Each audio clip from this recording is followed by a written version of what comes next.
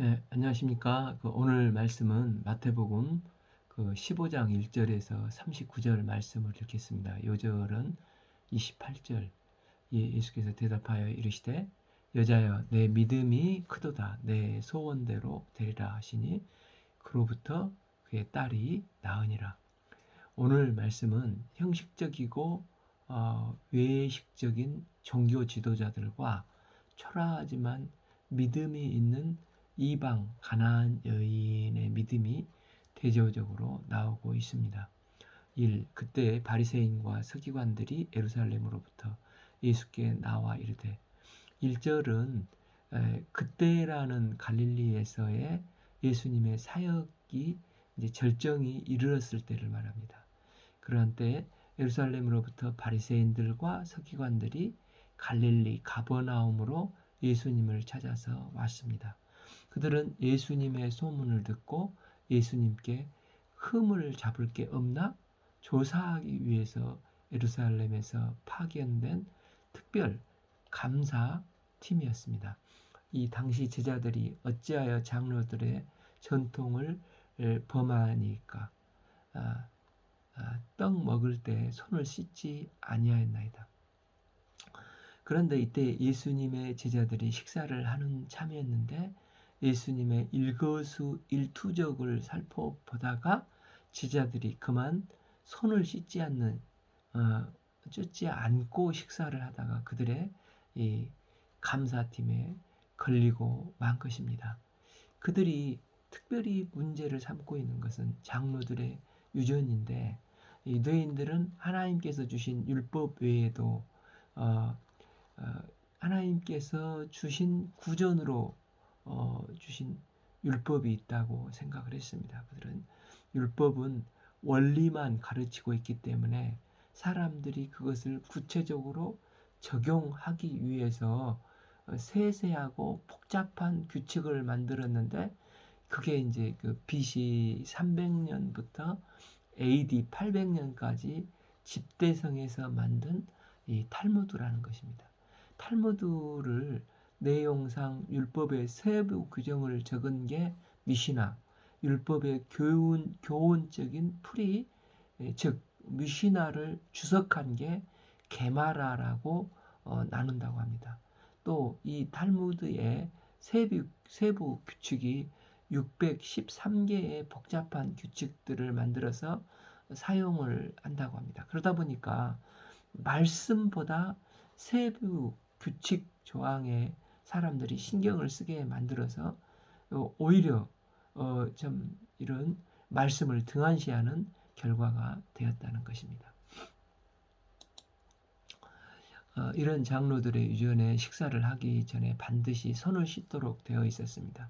그들이 볼 때 제자들이 손을 씻지 않고 떡을 먹는 것은 중대한 이 종교법 위반이요 사법 처리를 해야 될 사안으로 봤습니다. 3. 대답하여 이르되 너희는 어찌하여 너희 전통으로 하나님의 계명을 범하느냐. 그러면서 예수님은 하나의 예를 듭니다. 4. 하나님이 이르시되 내 부모를 공경하라 하시고 또 내 아버지나 어머니를 비방하는 자는 반드시 죽임을 당하리라 하셨거늘 너희는 이르되 누구든지 아버지에게나 어머니에게 말하기를 내가 드려 유익하게 할 것이 하나님께 드림이 되었다고 하기만 하면 된다는 것입니다. 그러면 자기들이 정해놓은 것을 가지고 하나님의 말씀의 원래의 원칙을 깨는 게 있다는 것입니다. 그러니까 마음을 주지 않으면서 하나님께 있는 게 그 마가복음 7장에 나온 그 고르반이지 않습니까? 내 재산이 있는데 모든 것은 하나님의 것입니다. 그런데 사실은 하나님께 드리는 게 아니라 말만 그러는 것이고 실제 재산은 내가 갖는 것이 아닙니까? 그러니까 말은 내 기업도 내 가정도 내 몸도 하나님의 것이라고 선언하지만 실제는 다 내 것입니다. 6. 그 부모를 공경할 것이 없되 하여 너희 전통으로 하나님의 말씀을 폐하는도다. 부모를 모셔야 할 일이 있는데 이 사람은 이 재산이 하나님의 것, 즉 고르반. 이렇게 하면은 뭐 안타깝지만 어쩔 수 없이 참 하나님께 드리고 부모님을 도울 수가 없습니다. 이렇게 하면서 눈 가리고 아웅 하는 꼴이 되는 것입니다.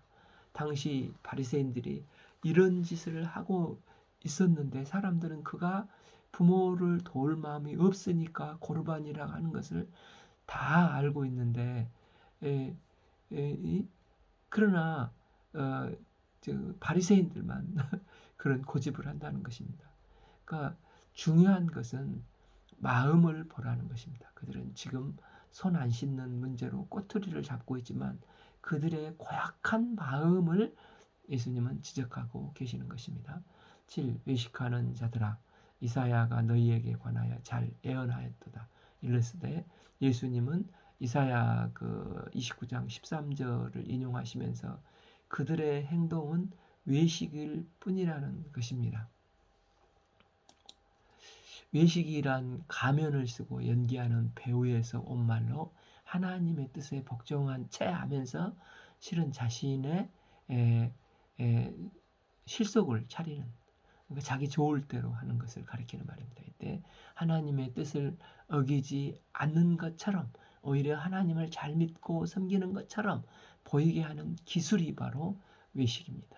즉 그들의 열심히 손을 씻는 것, 서원을 하는 것은 고도의 기술적인 외식으로 영혼 없는 말이나 영혼 없는 미소와 같은 것입니다. 8. 이 백성이 입술로 나를 공경하되 마음은 내게서 멀도다. 즉 바리새인 니네들 무슨 짓을 하든지 꼬투리 잡고 약점 잡으려고는 마음이 보인다는 것입니다. 그들이 진정으로 하나님 앞에 깨끗한 삶을 살고자 한다면 손을 씻는 대신에 마음을 씻고 성전을 위해 하는 나의 전 재산을 드린다고 서원하기 전에 하나님의 계명의 말씀을 순종하는, 또 부모를 공경하며 섬기는 것을 해야 하는 것입니다. 9. 사람의 계명으로 교훈을 삼아 가르치니 나를 헛되이 경배하는도다 하였느니라 하시고 10. 무리를 불러 이르시되 듣고 깨달으라. 11. 입으로 들어가는 것이 사람을 더럽게 하는 것이 아니라 입에서 나오는 것이 사람을 더럽게 하는 것이니라. 이는 손을 씻는 유전 운운하는 종교 지도자들은 완전히 묵사발되는 말씀이지 않습니까? 그래서 12절 이에 제자들이 나와 이르되 바리새인들이 이 말씀을 듣고 걸림돌이 된 줄을 아나이까? 제자들이 오히려 바리새인들이 예수님의 말씀으로 인해서 열받아서 라는 것을 알고 염려하는 정도가 되었습니다. 그러나 예수님은 조금도 염려하지 않으십니다. 13. 예수께서 대답하여 이르시되 심은 것마다 내 하늘 아버지께 심지 않는 것은 뽑힐 것이니 14. 그냥 두라. 그들은 맹인이 되어서 맹인을 인도하는 자로다.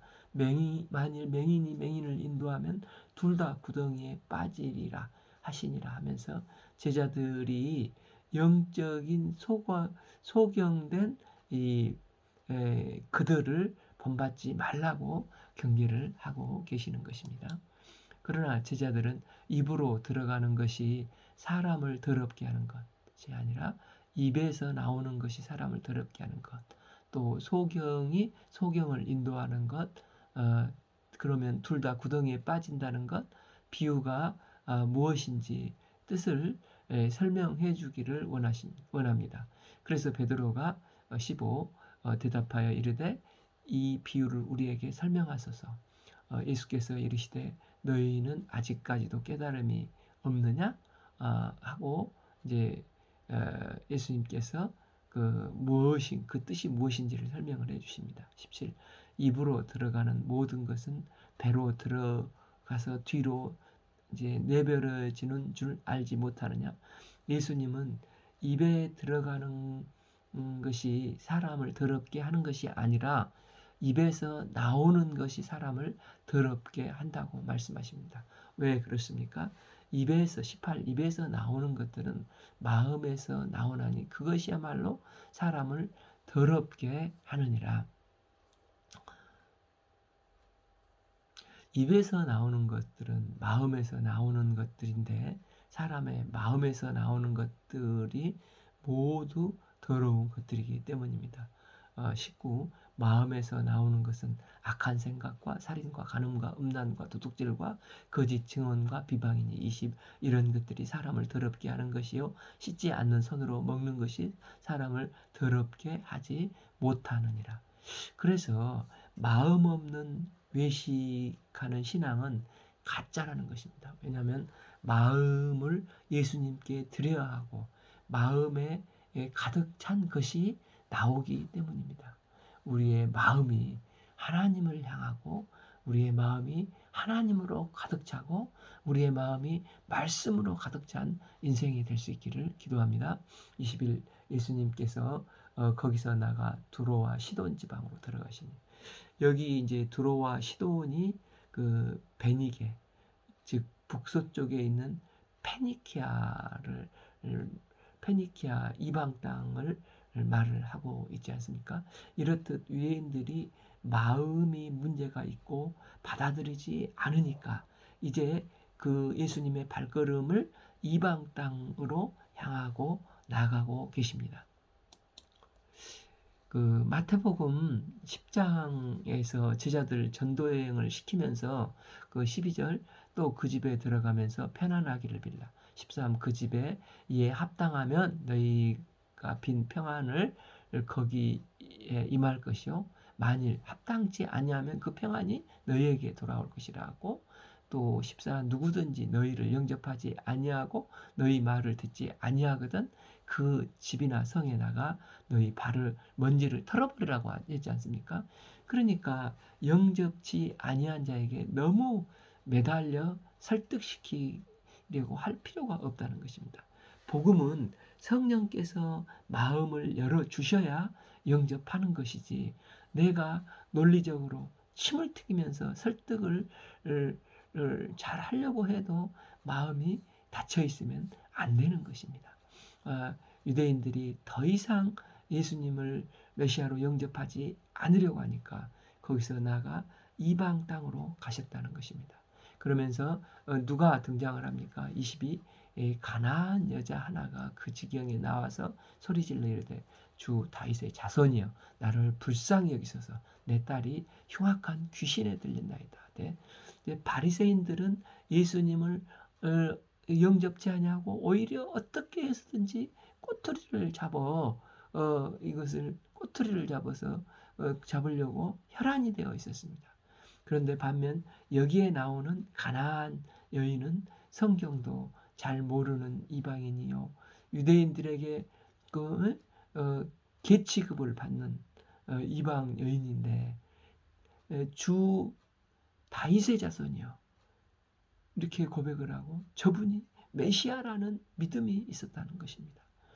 저분이 나를 불쌍히 여기시면 내 딸이 지금 귀신이 들렸는데 이 귀신 들린 것도 쫓겨나가려는 이런 믿음을 가지고 있었습니다.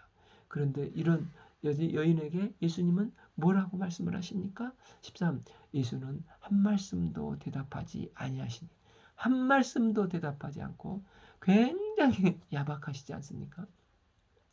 이에 제자들은 뭐라고 말합니까? 23b 제자들이 와서 청하여 말하되 저 여자가 우리 뒤에 소리를 지르오니 그를 보내소서.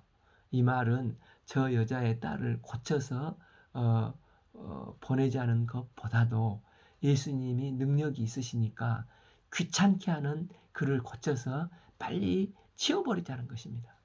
제자들은 이 가련한 수로버니게 여인에 대한 어떤 사랑이나 아픔에 대해서 전혀 생각을 하고 있지 않습니다. 그런데 예수님도 여기에서 한마디도 말씀을 안 하십니다. 제자들이 오죽하면 돌려보냅시다. 그랬더니 예수님께서 오히려 어떤 말씀을 하십니까?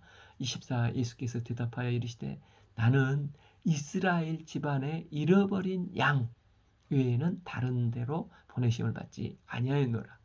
그러니까 스룹보니게 여인은 이제 그 이방인이기 때문에 예수님은 그에게 보냄을 받지 않았다. 이거 하는 것으로 들리지 않습니까? 그 고쳐달라는 사람에게 나는 너 고쳐줄 필요 없어 하면 얼마나 그 참 자존심이 상하겠습니까? 더군다나 그 여성분이신데. 그런데 이 여인은 뭐라고 말을 합니까? 25 여자가 와서 예수께 절하며 이르되 주여 저를 도와주소서. 여기서 그 절하며 이르되 이렇게 절하며는 무릎을 꿇다로 헬라어로는 예배한다와 동의어라고 합니다. 이 여인은 거절감을 통해서 특별한 은혜를 덧입고 예배자가 되는 것입니다. 보통 내 힘으로 할 수 있다 할 때 누가 무릎을 꿇겠습니까? 내가 할 수 있어. 그런데 계속 거절을 당하고 나의 무력함을 느낄 때, 내가 무너질 때 이제 주님 앞에 겸손히 무릎을 꿇게 되고 예배자로 서게 되는 것입니다. 사실 예수님께서 두로와 시돈을 왜 가셨습니까? 수로보니게 여인을 만나려고 가신 것이 아닙니까? 예수님은 거기 가신 것은 이 여인을 만나서 거절하려고 가셨습니다. 왜냐하면 거절을 통해서 강한 사람, 강한 자아가 꺾이고 그를 통해서 우리를 진정 예배자로 세우시고자 하심이기 때문입니다. 야곱의 일대기를 봐도 야곱이 꺾일 때마다 또 인생의 변곡점마다 예배자로 서가게 되고 하나님의 믿음의 조상으로 하나님은 그를 세워가시지 않습니까? 예수님은 또 뭐라고 말씀하십니까? 26 대답하여 이르시되 자녀의 떡을 취하여 개들에게 던짐이 마땅하지 아니하니라. 수로보니게 여인이 예수님이 보실 때 개라는 것입니다. 예수님은 대놓고 유대인은 자녀이고 이방 여인 이 여인은 개 취급을 하셨습니다. 여자가 이 말을 들을 때 얼마나 상처가 되기 쉬웠습니까? 머리에 스팀이 들어오고 그냥 막 열받아서 꼭지가 막 돌아가 버릴 수도 있는 상황입니다. 여자는 이쯤 되면 막 가자는 거네요. 그래, 제가 개입니다. 개 무서운 맛 좀 보시겠어요? 왈왈왈 하면서 예수님을 물고 늘어질 수도 있는 것입니다. 그런데 여자는 어떻게 나왔습니까? 27 주여 올소이다마는 개들도 주인의 상에서 떨어지는 부스러기를 먹나이다. 여인은 조금도 비뚤어지지 않고 부스러기 은혜를 구했습니다. 이렇게 모욕을 당했건만 그는 겸손했습니다. 여유가 있고 재치가 있고 지혜 있는 여인이었습니다. 그러자 예수님께서 뭐라고 말씀을 하십니까? 28 이에 예수께서 대답하여 가라사대 여자여 내 믿음이 크도다 내 소원대로 되라 하시니 그 시로 그의 딸이 나으니라. 백부장에게 이만한 믿음을 본 적이 없다고 하셨는데 믿음이 크다고는 안 했습니다. 그러나 이 수로보니게 여인에게는 최초로 내 믿음이 크도다 이렇게 말씀을 하셨습니다. 예수님은 여자의 믿음에 크게 감동을 받으시고 그녀의 소원대로 딸을 낳게 해주셨습니다. 주님은 거절을 통해서 성장케 만드시고 거절을 통해서 진정 주님을 예배하는 예배자로 세우셨습니다. 스코틀랜드 그 민요에 그 올드랭 사이니라는 노래가 있지 않습니까? 이 곡조에 가사를 붙인 게 이 찬송가 천부여 의지없어서라는 곡이지 않습니까? 그 중에서 천부여 의지없어서 손들고 옵니다. 주 나를 박배하시면 나 어디 가릴까? 라는 가사가 있는데 이 여인이 나는 개입니다. 나는 희망이 없는 자입니다. 나는 주님의 은혜가 아니면 살 수가 없는 존재입니다. 주님께 무릎 꿇고 이 여인의 고백과도 같지 않습니까? 나 예수 의지함으로 큰 권능 받아서 주 앞에 구한 모든 것 늘 얻겠습니다. 이 가사도 가나안 여인의 겸손한 내면과 큰 믿음을 잘 담고 있는 것 같습니다. 우리도 매일 주님 앞에 천부여 의지 없어서 주님께 나오고, 주님께서 나를 박대하시면 내가 어디 갑니까? 겸손히 주님을 의지함으로 큰 권능을 받아서 주님 앞에 구한 모든 것을 늘 얻는 그런 믿음의 사람이요, 은혜를 덧입고 예배자로 온전히 서는 예배자들이 될 수 있기를 기도합니다.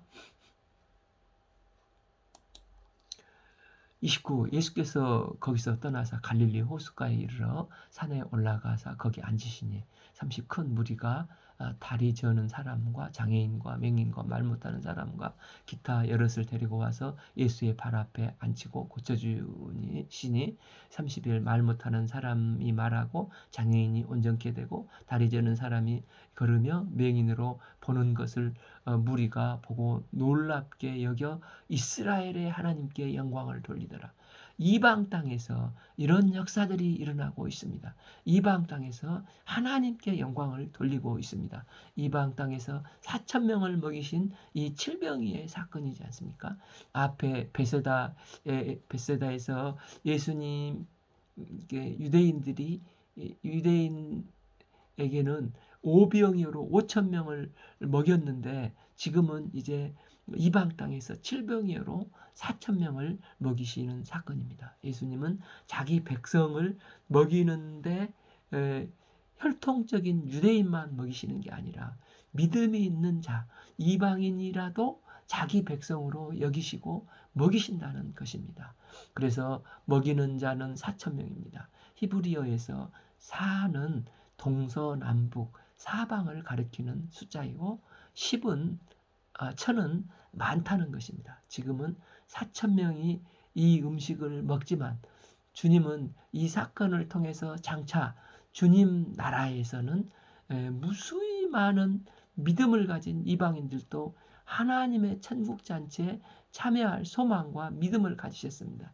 하나님의 백성은 혈통적인 유대인으로 태어났다고 해서 하나님의 백성이 되는 게 아니라 비록 이방인이지만 수로보니게 여인처럼 아무리 멸시를 받아도 믿음으로만 나가면 은혜를 받을 수 있는 하나님의 백성이 되는 것을 보여주고 계시는 것입니다. 이제 32. 예수께서 제자들을 불러 이르시되 내가 무리를 불쌍히 여기노라. 그들이 나와 함께 있는지 이미 사흘임에 먹을 것이 없도다. 길에서 기진할까 하여 굶겨 보내지 못하겠노라. 예수님은 그들을 불쌍히 여기셨습니다. 그런데 제자들은 뭐라고 말을 합니까? 33. 제자들이 이르되 광야에 있어 우리가 어디서 이런 무리를 배부를 만큼 떡을 얻으리까? 제자들은 14장에서 오병이의 기적을 체험을 했지 않습니까? 그러면 오병이의 일지라도 주님이 원하시고 참 축사하시면 된다는 믿음을 가지면 되지 않겠습니까? 그런데 이런 지금 또 말을 하고 있습니다. 그래서 34. 예수께서 이르시되 너희에게 떡이 몇 개 있느냐? 이르되 7개와 작은 생선 2마리가 있나이다 하거늘 35. 예수께서 무리에게 명하여 땅에 앉게 하시고 36. 떡 7개와 그 생선을 가지고 축사하시고 떼어 제자들에게 주시니 제자들이 무리에게 떼어주매 37. 다 배불리 먹고 남은 조각을 7 광주리에 차게 거두었으며. 그러니까 이방 땅이라는 것을 알 수 있는 것은 유대 땅에서는 12바구니로 번역되었고 이제 이 바구니는 크지 않다고 합니다. 반면에 이방 땅에서는 광주리로 번역을 했습니다. 그러니까 좀 사도행전 9장에서 사도 바울을 죽인다고 하니까 그 광주리에 넣어가지고 내리지 않습니까? 이처럼 광주리는 큰 것으로 이방 사람들이 쓰는 것이라고 합니다. 그래서 어떤 그 신학자는 보니까 12광주리보다 7광주리가 더 좀 남은 떡이 많다 이렇게 말하는 분도 있습니다. 38 먹는 자는 여자와 어린아이 외에 4천 명이더라. 39 예수께서 무리를 흩어 보내시고 배에 오르사 마가단 지경으로 가시니라. 그러니까 오병이어와 비슷한 숫자가 7병이어 떡 먹는 대상이 유대인이 아니라 또 이방인으로 다르다는 것입니다. 이것은 이방인도 하나님의 은혜를 구하러 온 자들은 다 하나님의 백성이 되는 것입니다. 하나님의 백성은 아무리 빈들이고 광야라 할지라도 주님은 그들을 불쌍히 여기시고 결코 굶기시지 않고 먹이십니다. 예수님은 이방에서 왜 기적을 행하셨습니까? 불쌍해서 병자들이 몰려오고 하나님도 모르는 이방인들을 불쌍해서 이 목자의 심정으로 목자의 마음으로 칠병이어의 기적을 행하셨다는 것입니다. 우리도 우리 삶 속에서도 이런 기적이 일어날 수 있기를 기도합니다. 기적이 일어나는 것이 무엇이겠습니까?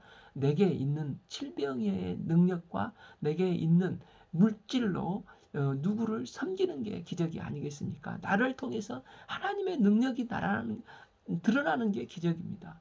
언제 이런 기적이 나타납니까? 불쌍히 여길 때 이런 기적이 일어난다는 것입니다. 능력과 물질을 벽에다 비밀 창고를 만들어 쌓아두고 자기만을 위해서 사는 이런 이 사람들의 특징은 불쌍히 여기는 마음이 없기 때문에 그렇습니다.